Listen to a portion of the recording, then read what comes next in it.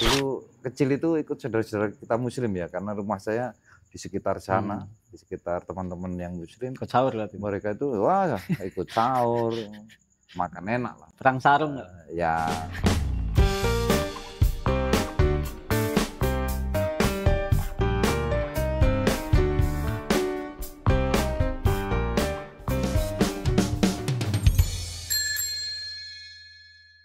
Apa kabar, Mal?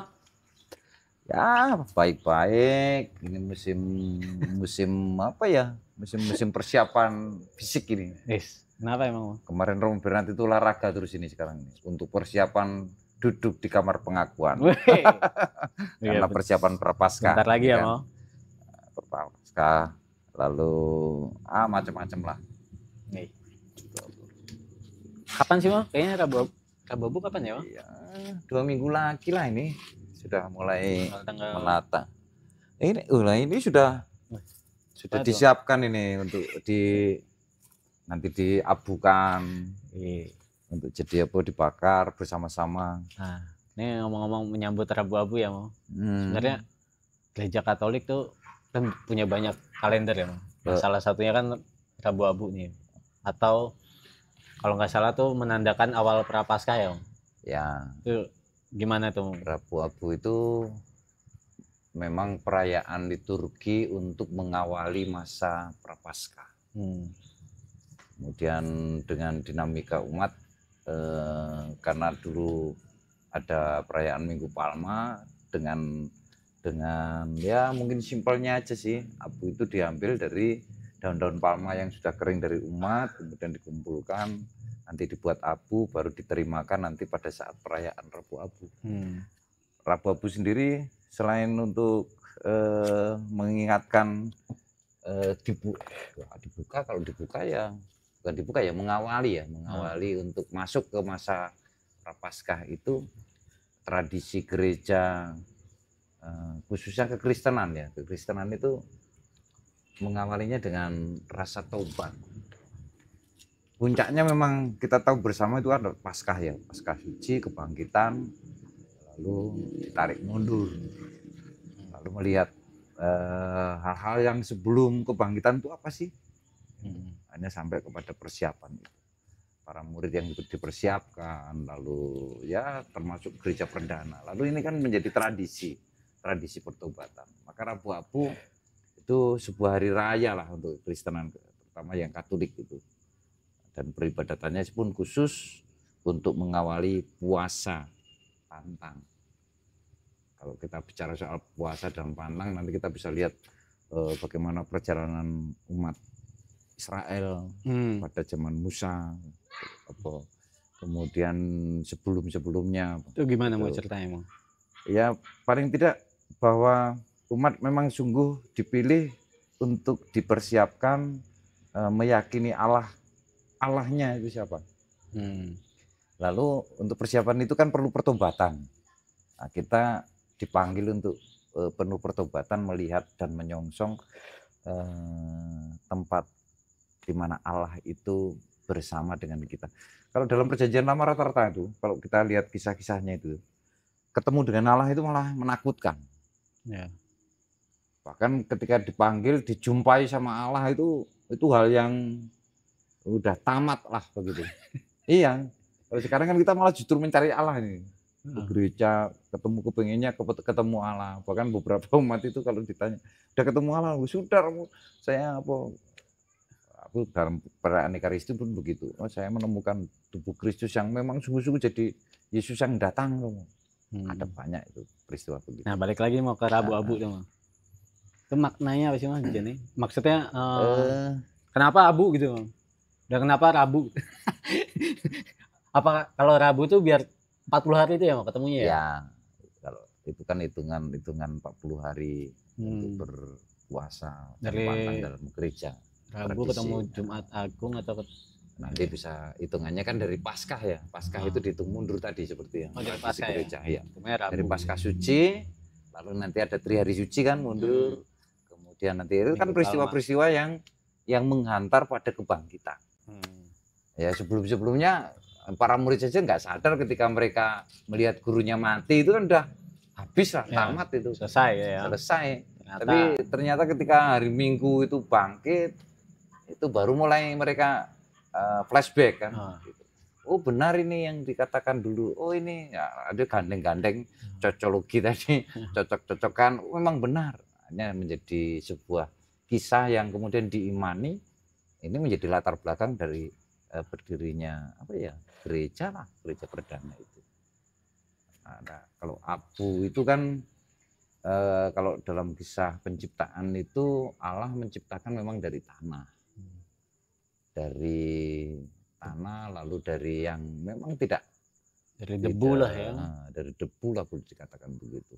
Maka pertobatan itu ya memang harus merendahkan diri serendah-rendahnya di hadapan Allah. Gitu. Kita tidak punya apapun di hadapan Allah. Ya seperti abu itulah. Abu itu kan dibuang begitu apa gunanya? Gitu. Tapi tidak ada gunanya apa-apa. Tapi ketika itu disatukan, dibentuk lah yang dibentuk oleh Allah, kemudian apa kan menjadi kita ini, kemudian menjadi begitu banyak maknanya. Akhirnya juga kita akhirnya menjadi citra Allah. Jadi citra Allah seperti apa? Nah itu kan perjalanan kita yang ingin beriman kemudian berjuang. Nah dalam perjuangan itu kan macam-macam kan. Ada yang jatuh, kemudian apa. Nah syukurnya gereja Katolik itu mensarani begitu banyak hal. Lewat sakramen-sakramennya itu membuat kita dalam liturginya juga membuat kita untuk menyadari sepenuhnya akan makna-makna yang ditawarkan Tuhan kita hidup. Nah pas Rabu Abu itu wajib puasa nggak sih? Ada ketentuan umumnya sebenarnya ke dalam pantang dan puasa. Bahkan biasanya hal itu juga diingatkan kembali lewat surat gembala Bapak Uskup biasanya. Bapak Uskup membuat surat gembala, bahkan beberapa yang lalu itu dalam pantang dan puasa itu ada kriterianya, misalnya untuk orang-orang yang sudah lansia seperti apa. Itu juga dihimbau tetap berpartisipasi, tetap aktif dalam menjalani pantang dan puasa, tetapi cara-caranya. Kita itu masih lumayan kalau seandainya puasa ya mau puasa itu ketimbang ya, ini kita, ya saudara-saudara kita ya. Nah, saya dulu kecil itu ikut saudara-saudara kita muslim ya, karena rumah saya di sekitar sana, di sekitar teman-teman yang muslim. Ikut sahur lah. Mereka itu wah ikut sahur, makan enak lah. Perang sarung ya. Lalu puasanya sungguh itu ya memang ngebleng ya. Berat memang berat. Tapi ada banyak yang bisa menjalani. Sementara kita ini istilahnya pantang dan puasa. Pantang itu ya paling hanya kamu dilarang untuk merokok. Pantang rokok ya. Pantang rokok itu. Mending pantang garam daripada pantang rokok ya. Pantang garam, macam-macam hal. Tapi yang disukai lah ya, Ma ya, terutama ya. Ya sebenarnya kan itu yang menantang ya. Yang menantang itu. Kalau yang kita pantangi yang tidak kita suka ya sia-sia. Paling enggak yang mengikat kita, tentang tempe gitu yang kerap kali mengikat kita untuk hidup ya, sehingga ini memang tantangan tersendiri. Ya. Rabu Abu, berarti dari Rabu Abu sampai ke Minggu Palma tuh ada sakramen tobat ya, Mau? Ini aja kebiasaan kita saja sih. Sebenarnya Pak sakramen tobat itu kan kapan saja bisa, sebelum perayaan Ekaristi ketika apa bisa imam-imam. Kalau kita mengingat romo-romo yang dulu ya, romo dulu itu sebelum perayaan Ekaristi itu dia akan duduk di kamar pengakuan. Kenapa sekarang nggak bisa dialami ya karena ada kalanya romo terbatas waktu karena harus berapa kali untuk perayaan Ekaristi. Tapi bukan alasan sebenarnya. Tapi kalau ada umat yang meminta, romo minta pengakuan dosa, kami juga layani. Nah, persoalannya ini kan lunturnya makna sakramen tobat untuk umat. Iya. Maka kadang-kadang umat hanya tergambar, sekali aja lah. Prapaskah sama Advent ya. Perayaan besar saja. Karena itu dijadwalkan kan sama romo-romo itu dijadwalkan di setiap stasi seperti dipaksa kan. Gitu. Tapi bahwa ini juga baik juga untuk mentradisikan pertobatan itu. Maka diisi dengan masa Prapaskah itu diisi dengan, karena itu diarahkan supaya masa Prapaskah ini sampai pada pertobatan tadi, kerendahan hati kita di hadapan Tuhan, ketidakpantasan kita, lalu nanti untuk menyambut Kristus yang sungguh-sungguh berkorban untuk kita, terlebih untuk menyelamatkan kita, kebangkitannya. Itu kan jauh sekali. Bahwa kita nanti hidup itu di sini sementara, nanti akan ada harapan hidup abadi yang bersama dengan Kristus bangkit itu. Maka iman kita kan dasarnya itu kebangkitan Tuhan. Kalau Yesus tidak bangkit, sia-sia kita. Ya. Paling mati jadi debu lagi, nanti kita nggak akan pernah bangkit lagi. Tapi karena ada gambaran Kristus yang bangkit, kita punya harapan. Bangkitan kekal itu ya, hidup kekal. Ya, hidup kekal, hidup kekal, kehidupan kekal. Oke. Nggak tahu, kalau di sini saya belum lihat tradisi anak-anak muda itu membuat acara untuk mengisi masa Prapaskah. Biasanya apa kalau yang udah pernah lalu-lalu? Yang pernah saya lihat ya, ada sekumpulan UMK yang memang menghiasi ini dengan itu tadi, saling kunjung ke antar paroki, kemudian nanti berziarah bersama untuk ke tempat-tempat peziarahan itu, lalu mengisi doa di sana. Lalu ya katanya waktu saya tanya itu apa maknanya untuk kalian lah. Satu, menumbuhkan persaudaraan di antara mereka, saling meneguhkan ketika tantangan hidup itu ya. Itu banyak. Lalu menyadarkan bahwa saya sebagai umat Katolik begitulah, menyapa teman dalam pertobatan persaudaraan itu diangkat. Lalu ya sembari kita saling meminta maaf begitulah, maaf-maafan gitu. Tapi ya itu apa ya, mungkin mereka sajalah yang bisa memaknai itu. Tapi bahwa ada tradisi begitu, itu baik juga sih. Di sini belum nemu ya, Mang? Di sini saya belum lihat. Ini UMK-nya sepertinya kurang apa? Kurang greget untuk kumpul atau apa gitu. Kurang greget. Atau masih sibuk dengan persiapan yang mereka gagas itu tentang apa? Tebar. Mungkin tapi masa terus nggak ada, hanya momen itu saja kan nggak baik. Ya, harusnya hariannya ada, gerakannya, lalu puncaknya di sana. Padahal jantung gereja kan ya, UMK ya. Begitu. Masa depan gereja loh. Oh iya. Anak UMK itu. Kalau UMK-nya malas-malasan, ya gereja masa depan jadi malas juga nanti. Takutnya ntar kayak ini ya, Mang. Kayak di Eropa malah sepi gerejanya ya. Nah ini juga tantangan kita ya. Ada dinamika seperti itu di Eropa, kemudian kaum mudanya sepertinya sekuler ya, ya pengaruh perkembangan zaman mungkin, tetapi bahwa iman itu saya kira tetap tidak bisa tergantikan lah. Karena harusnya apa maksudnya, bukan harusnya ya, kemajuan teknologi kan itu sarana sebenarnya, mau bisa untuk justru malah mendukung iman itu juga ya. Sebenarnya itu sangat mendukung malah justru. Karena kita bisa browsing apapun ya yang kita pengen, pengetahuan apa yang tentang iman yang pengen, tetapi iman itu lagi kembali kepada pribadi kita. Bagaimana kita menanggapi itu. Kalau misalnya saya dikasih topi, tetapi tidak saya manfaatkan, topi ini kan bagus untuk pelindung. Kalau pas hujan atau pas panas. Tapi kalau kita merasa tidak butuh, ya sia-sia. Gitu, nganggur tuh bahasanya. Tapi kalau itu memang kita sadari lalu kita gunakan manfaatnya, ya sangat berguna. Iya, itu keprihatinan kita sebenarnya, Mang.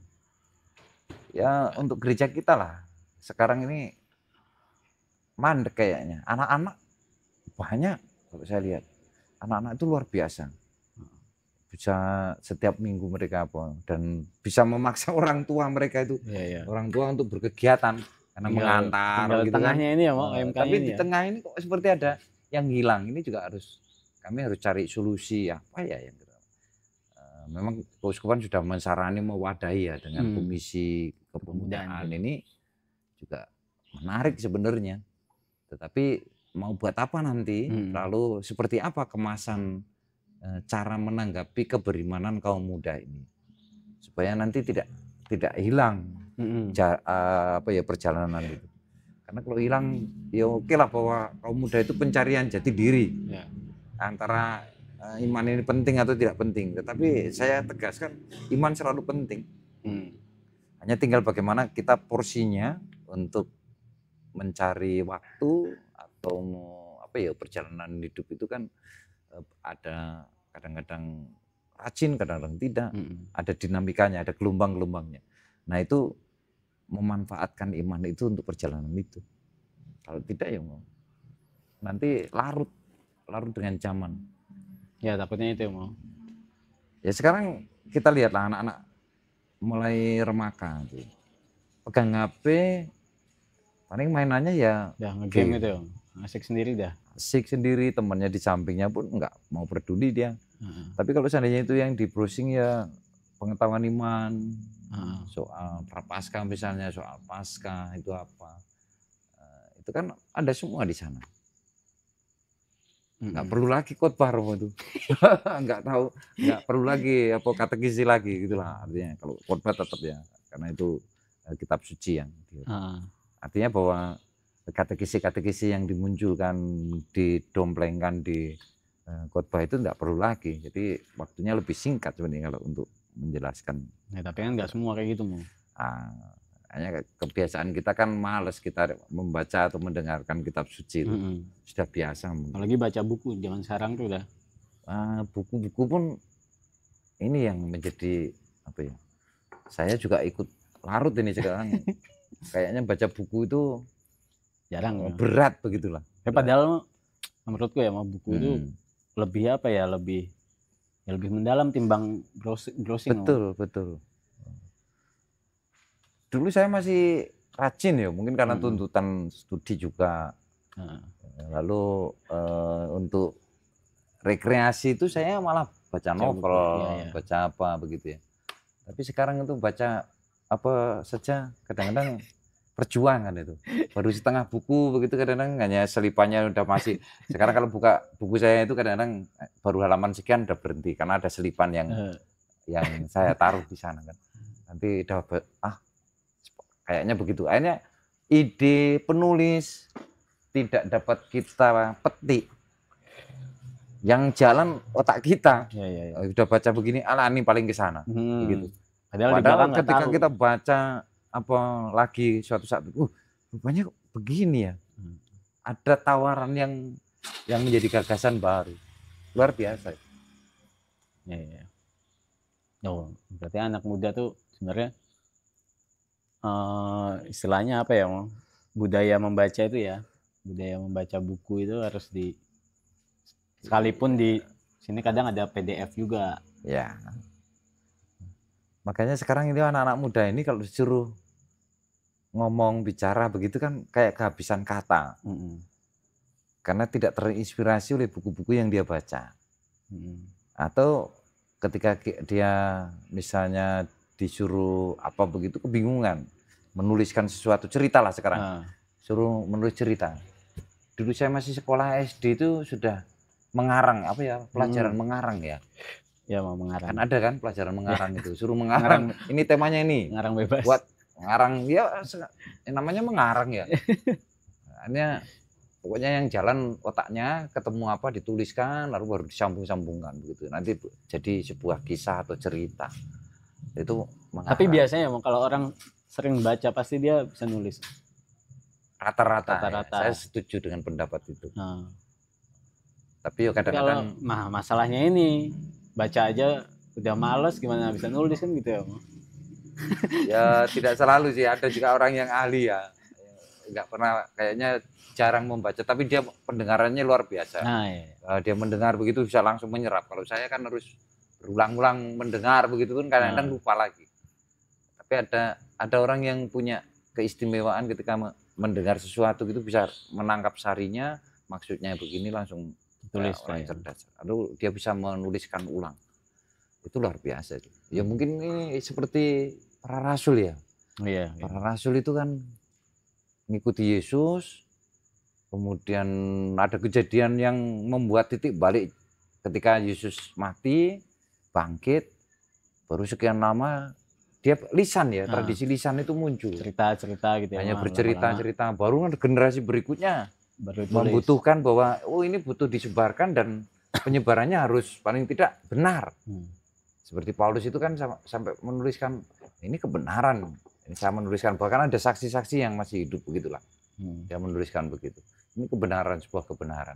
Nah ini kan mulai budaya tulisnya muncul. Nah, tradisi lisan, kemudian menjadi tradisi tulisan, yang kemudian ditemukan berikutnya oleh generasi berikutnya kan kemudian dikumpulkan manuskrip itu. Papirus itu. Akhirnya papirus itu apa tuh? Apanya itu? Papirus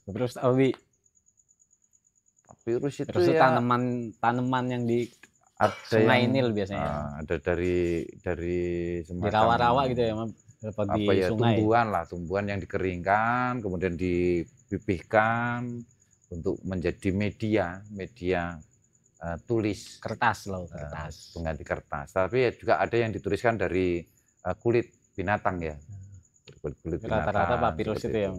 Tapi kebanyakan papirus. Itu kayak apa ya?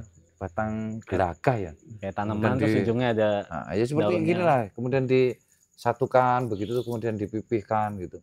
Nanti ada yang bisa dilebar jadi tulisan. Rupanya bertahan lama itu daripada kertas yang zaman-zaman sekarang. Iyalah, Mau. Itu luar biasa. Nah, balik lagi Mau tadi.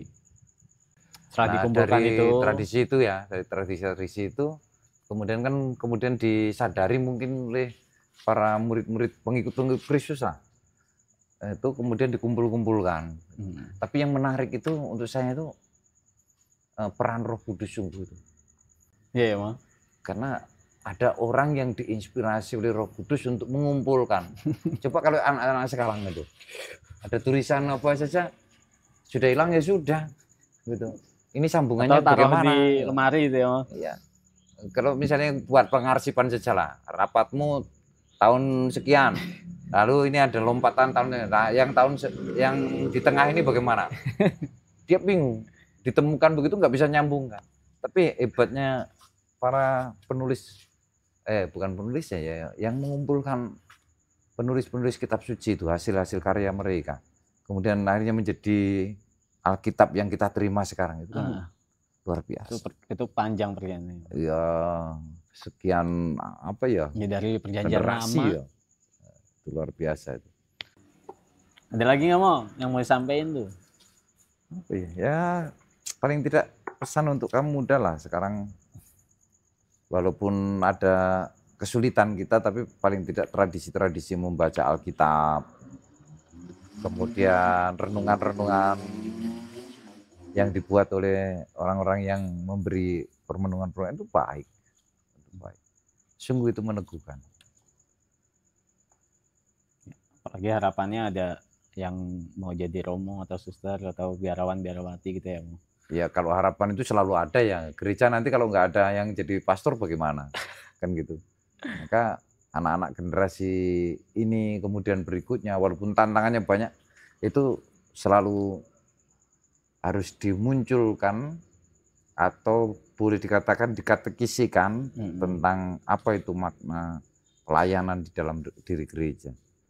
Ya kitalah nanti yang bisa menjadi semacam petunjuk bagi mereka. Oh ada toh kehidupan lain yang bisa juga menawarkan sesuatu yang damai begitu. Karena banyak kaum muda sekarang ini pandangannya seperti saya dulu lah. Saya dulu mulai ingin masuk seminari itu sudah tamat SMA saya. Sebelumnya nggak punya kepikiran pengen jadi imam. Lalu terinspirasi karena orang tua saya, terlebih bapak itu, saya kepengen misa terus setiap minggu, tapi kita jauh kalau misa. Di stasi kita itu sebulan sekali, itu pun hari Selasa, hari Minggu nggak pernah ada misa. Kalau kamu jadi romo, yo paling nggak nambahilah di sini. Oke, itu di episode selanjutnya kita ngomongin tentang orang muda gitu ya, atau umat lah ya, pengen jadi romo gitu. Nah, itu di episode selanjutnya.